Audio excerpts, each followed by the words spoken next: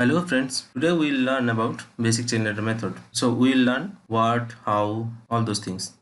So what, come to the what part. What it is? It is a reserving method which is used to calculate the future liability of a insurance company regarding a insurance product. So let's assume we are dealing with auto product. Let's say company is selling the automobile insurance product to the policyholder with the clause that anything mishap or anything damage happen to their vehicle, four-wheeler or two-wheeler, company will pay the amount. One typical problem company will have in that situation, then what will be its future liability to the policyholder. Company gets a claim as time passes. So looking at those claims, which we can also say that historical claims, we need to predict the future claim. Let's understand how the historical claim looks like. This is a typical example of a historical claim data. Here data are given in a cumulative form. If you proceed row wise, then you will see the 786, the number, then 1410, and it is gradually increasing. So that means these whole data are given in a cumulative form. And let's first understand why this is called run-up triangle. Why it is called triangle? It is quite obvious that it forms a triangular shape when we present this historical data. Why it is called run-up? There is implicit assumptions that whatever accident happened in 2013 accident year, a cumulative amount of 2519 rupees claim is reported to the company and there is no further development of the claim. Development means there is no further future claims possible for this accident year. So let's understand this quantity one by one. What does it mean? The 786.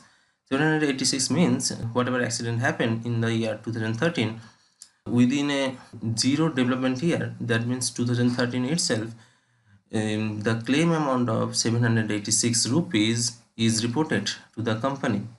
What does it mean? 1410, whatever accident happened in accident year 2013 within first development year, that means in 2013 and 2014 a cumulative or a aggregate amount of rupees 1410 is reported to the company as claim. So and so on. We have understood here why it is called run-up triangle, and inside the triangle what these numbers are telling or representing, and it is presented in a cumulative form. Let's talk about future claim. All these data corresponds to the past point of time, but if you move to this portion, this corresponds to future. What does it mean here? This locations, if there is some number, so what does it mean? It means whatever accident has happened in the year 2017, what is the amount that is likely to come to the company on or before first development year, either in 2017 or in 2018 development year. So like that, if there is some number that will speak about whatever accident has happened in the year 2016, what is the amount that is likely to come within the second development year. That means the amount comes either in 2016, 2017 and 2018 and so on. All these future data needs to be projected. Those are called as future claim. If we predict this lower triangle, we will get the reserve amount. We will get some number here, some number here, some number here and here. These are the ultimate number which is expected to come by this method. If we take the difference between this number and this number, that will give us the reserve number required for this accident year 2014. If we calculate the difference between this number and this number, that will give us the reserve number for the accident year 2015, and so on we can calculate. So let's understand how to populate this lower triangle by this method. Here we will understand a simple concept called development factors. So how to calculate this thing? We have done nothing much here. We just calculated some column in between our cumulative loss figures. These columns talk about by which factor the previous loss data has grown up to the subsequent loss data. So this is nothing but this divided by this. Likewise, this number is coming from taking the divisions these and these. So likewise we can populate the entire development factors. Now to populate the future claims, we need to find development factors here, here and here. So how to do that? So there are multiple options. We can directly take the recent development factors as our future development factors. We can take average of these two, we can take average of these three, and average of whole column, and so on. So we will take the average of whole column, but not the simple average. We will take the weighted average. Weight will be these loss numbers.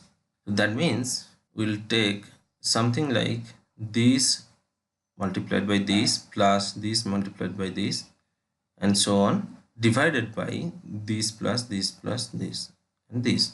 Then we will get this number.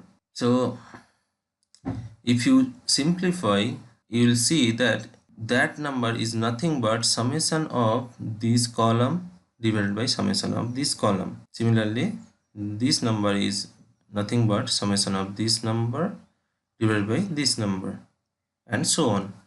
So let's see what are those numbers. So those numbers are coming like this thing. Now using this we need to project the future claims. So let's calculate that also. So future claim projections, we will find this number 2101 by taking multiplications between these and these. So we will get this 3332 by taking multiplications between these and these numbers. So likewise we will get one by one the all future claim number which is likely to come, incurred but not reported. So here you get the idea, it is moving like a chain. So that's why this method is having the name chain, and the method name is basic chain ladder method. So where from this chain term has come, we have understood. So where from this ladder term has come, if you observe this shape, it is kind of ladder or stairs. So from that the ladder term has come, and where from the basic term has come. Basic is it is very much simple methods to calculate the reserve. So all the terminology is understood. Now move on to the next slide, how to calculate the reserve. That is very simple. Just take the difference between these numbers, take the difference between this number and this number, this number and this number. Those will gives a different reserve numbers corresponding to different accident years. So let's calculate that also. So for accident year 2014 we have got 91 as reserve amount, and for accident year 2015 411, and so on. So all these reserve amounts are corresponding to different accident years. So if you take sum of all these reserve amount, we will get the total reserve which company should keep aside to mitigate or to meet the future claim coming in this insurance product. So that's it. it's all about the basic chain letter method. Hope you understood it very well. So thanks for watching. Bye bye.